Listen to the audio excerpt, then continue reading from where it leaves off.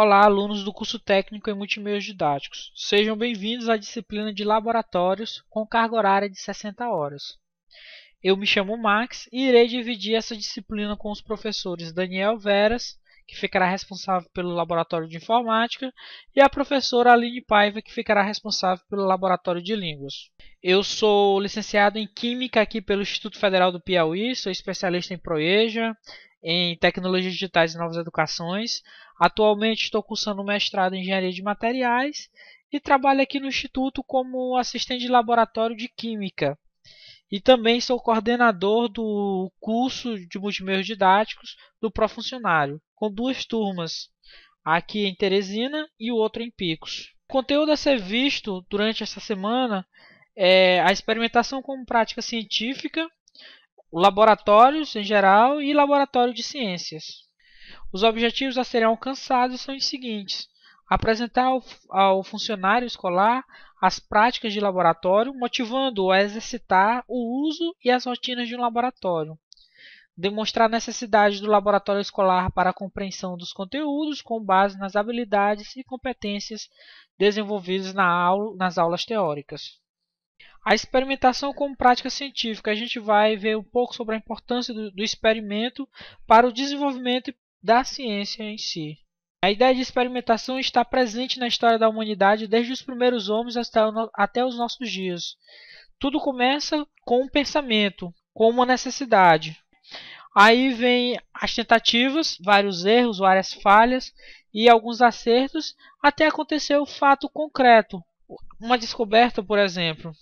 A ciência tem evoluído a tal ponto que traz inúmeras facilidades à vida diária, tendo em vista que, em quase todos os campos da atividade humana, existe a participação efetiva da comunidade científica, ou seja, a ciência evoluiu muito. Na nossa alimentação, um exemplo, a questão dos transgênicos, a questão da conservação de alimentos, no nosso vestuário a questão de tecidos sintéticos mais baratos, de melhor qualidade, medicamentos cada vez mais potentes, com menos efeito colateral, medicamentos para doenças novas.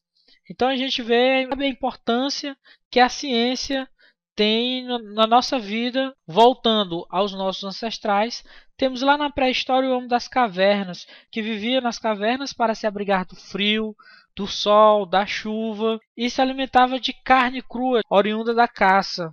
Lá no Paleolítico, ou Idade da Pedra Lascada, ela é marcada pela descoberta do fogo. Qual foi a evolução que trouxe para o ser humano a descoberta do fogo?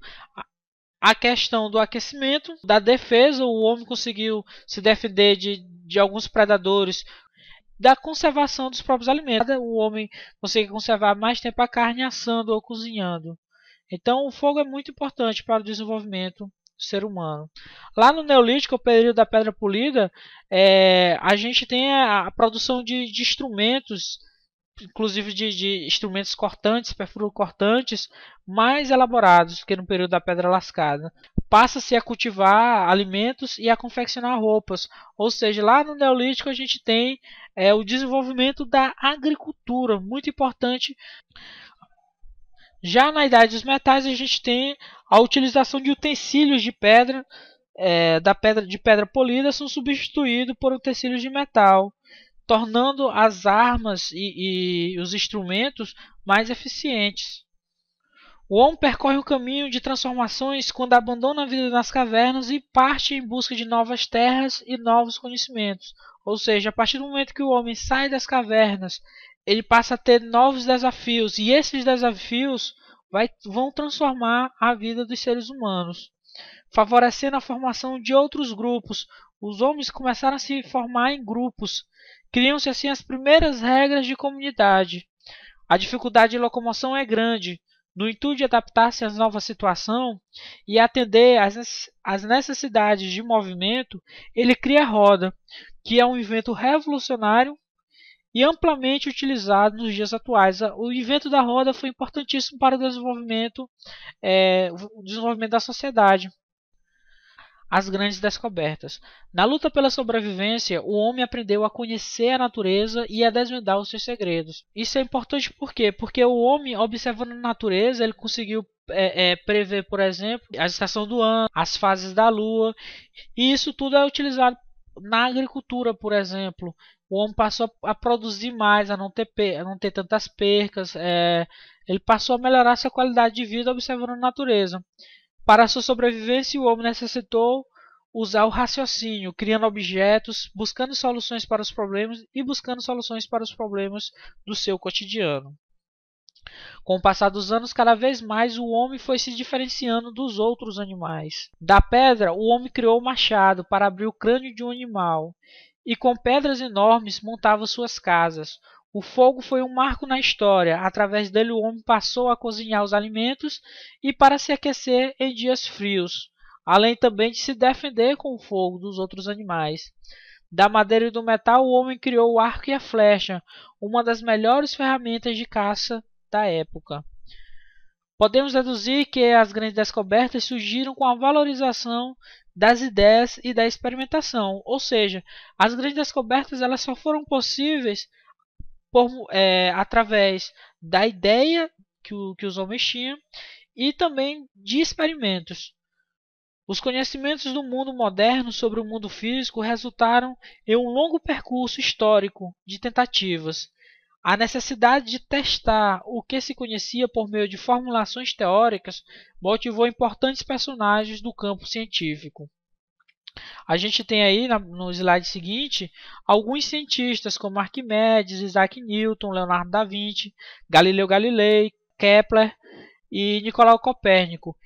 Lá na nossa biblioteca a gente tem vídeos falando um pouco da história deles. Laboratórios. Lá no livro de vocês, a gente tem no capítulo 2, capítulo sobre laboratórios, um pouco sobre fundamentos da educação. Como vocês já viram isso em outras disciplinas, eu saltei direto para o desenvolvimento dos laboratórios escolares. Então eu recomendo a vocês lerem lá na página 18, 19 e 20. Não só a página 18, 19 e 20. Eu recomendo que vocês leiam do capítulo 1 até o capítulo 4, até a página 59. Então, pessoal, o desenvolvimento dos laboratórios escolares. A experimentação sempre esteve presente no processo evolutivo do homem.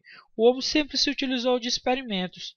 Observa-se que desde o surgimento do método científico, a medicina fez dobrar a expectativa de vida no mundo e a física, a química, a biologia, a engenharia, elas tiraram o ser humano das carroças e levaram as naves e as viagens espaciais. O desenvolvimento teórico tem um papel importantíssimo nas novas descobertas e nas pesquisas. E o laboratório deve unir a teoria à prática. O que se tem na teoria à prática.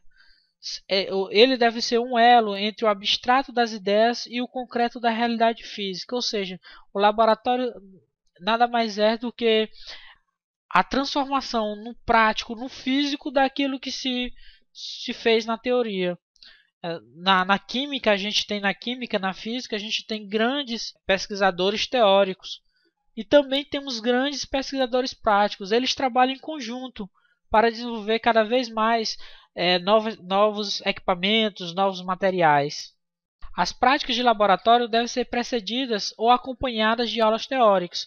Não adianta nada, não adianta o aluno ir ao laboratório fazer uma prática sem conhecer a teoria daquela prática. Então, para ele ir ao laboratório, ele precisa saber o que é que ele vai fazer lá, ter domínio do conteúdo que ele vai desenvolver na prática. A linguagem deve ser simples e adequada ao grupo de alunos. As estratégias didáticas devem ser bem escolhidas para que as atividades laboratoriais não sejam meras demonstrações. As atividades experimentais elas devem ser mais do que uma mera demonstração. Ela deve vivenciar na prática o que o aluno viu na teoria. Por exemplo, a gente tem o conteúdo de soluções lá no segundo ano do ensino médio, onde a gente vê toda a teoria em sala de aula, mostrando a gente a preparar uma solução, o cálculo da concentração, concentração comum, concentração molar, a molalidade, o título, a gente vê tudo isso aí na teoria. A maioria das vezes a gente vê só na teoria. Mas é tão fácil você levar o aluno ao laboratório e mostrar como ocorre, como se prepara uma solução na prática de verdade, como se calcula a molaridade, a concentração daquela solução, todas aquelas formulazinhas, como se utilizam ela na prática, na vivência do laboratório. É muito interessante isso. Assim, a teoria, as demonstrações, o exercício prático e o experimento produzirão a interação entre o aluno e o aprendizado de maneira prazerosa. O laboratório em si, a utilização do laboratório junto com a sala de aula, com certeza ele melhora o desenvolvimento, a aprendizagem do aluno. O aluno vai aprender bastante, vendo fazendo na prática aquilo que ele viu em sala de aula. O uso do laboratório didático no ambiente educacional toma dimensões gigantescas e se torna de extrema valia aos professores que utilizam as atividades experimentais em sala de aula. Ou seja, com certeza o laboratório ele potencializa o conhecimento. O laboratório didático ajuda na interdisciplinaridade e na transdisciplinaridade, já que permite desenvolver vários campos, testar e comprovar diversos conceitos, favorecendo a capacidade de abstração do aluno. O aluno vai abstrair ainda mais com o laboratório. Auxilia também na resolução de situações e problemas do cotidiano, permite a construção de conhecimentos e a reflexão sobre diversos aspectos, levando-o a fazer interrelações. Laboratório de Ciências. Como já discutimos, não há dúvida de que o ensino de ciências deve ocorrer de maneira integrada com as atividades de laboratório, pois já sabemos que o experimento é a ferramenta mais adequada à construção do conhecimento. Ou seja, é importante se utilizar de experimentos no ensino de ciências. O trabalho no laboratório pode ser desenvolvido visando vários objetivos, dentre eles demonstrar um fenômeno, ilustrar um princípio teórico, coletar dados, testar uma hipótese, desenvolver habilidades básicas de observação ou medida, propiciar a familiarização com os instrumentos do laboratório, propiciar experiências com a luz, o som, conhecer os hábitos alimentares e o modo de vida de determinadas espécies, entre outros. Há uma infinidade de experimentos que podem ser desenvolvidos no laboratório de ciências. A experiência como recurso didático deve estar intimamente relacionada a conhecimentos teóricos. Como eu já havia falado, não adianta o aluno vir para o laboratório sem ter conhecimento da teoria, daquilo que ele vai precisar para fazer a prática. A prática e a teoria elas estão interrelacionadas, não pode se separar. Para associá-los, deve-se indicar os objetivos a serem alcançados e as relações entre eles e os conteúdos curriculares, ou seja, a gente deve associar a teoria com a prática. A prática experimental deve levar o aluno à descoberta de maneira cada vez mais autônoma e por meios diversificados. Dessa forma, desenvolve-se um aprendizado crítico e consciente, em que o aluno cria suas próprias soluções para os problemas de sala de aula e da vida. Nos laboratórios, o centro das atenções não é mais o professor, e sim o experimento. Por isso, as mesas e as cadeiras são combinadas de acordo com o trabalho a ser realizado, podendo ser em grupo ou individual. Geralmente no laboratório trabalha-se em grupo. Além do arranjo físico mais adequado e interativo, a utilização de um caderno de laboratório servirá para que os alunos anotem o material utilizado e a evolução do experimento. É sempre bom que o aluno tenha um caderno de laboratório. Os experimentos podem ser registrados em fichas elaboradas pelo professor e preenchidas pelo aluno durante as aulas. Lá na nossa biblioteca a gente tem um modelo de ficha, que também tem no livro de vocês. Quando realizamos aulas em laboratórios, precisamos projetar anteriormente como a atividade será proposta, verificar todo o material que será utilizado e qual o melhor arranjo do mobiliário e a disposição física dos alunos. Todo esse trabalho fica a cargo do técnico em multimeios didáticos. Ou seja, antes do experimento, da aula em laboratório, a gente tem que planejar tudo. O professor planeja o experimento, como vai ser, e o técnico em multimeios didáticos, quais são os equipamentos, quais são os reagentes, como ficará disposto na bancada esses equipamentos, quantos grupos serão, como os alunos ficarão dispostos, como serão utilizados, se vai utilizar gás, se vai utilizar água. tem que fazer um planejamento prévio, tanto técnico em multimeios como técnico de laboratório e até o professor tem que sentar para fazer o planejamento dessa prática. Aspectos importantes para o bom funcionamento do laboratório. O laboratório deve ser um local bem iluminado, bem ventilado. Se possível, deve ter uma sala de preparação onde possam ser preparados os reagentes, as soluções, onde possam ser guardadas as soluções utilizadas em experimento, em andamento, para que não ocorra tumulto na hora de práticas de outras turmas. Instalações hidráulicas, gasosas e elétricas devem estar em perfeitas condições e ser de fácil manutenção. A instalação gasosa deve ser aparente, a hidráulica também. Deve apresentar bancadas na altura correta, sempre limpas. Deve apresentar pias, essas pias têm que estar sempre limpas. O laboratório é um local de trabalho sério e muita concentração, mas ele pode se tornar um local muito perigoso, um local propício a acidente, se for usado de forma inadequada por causa dos materiais, equipamentos e reagentes presentes nele.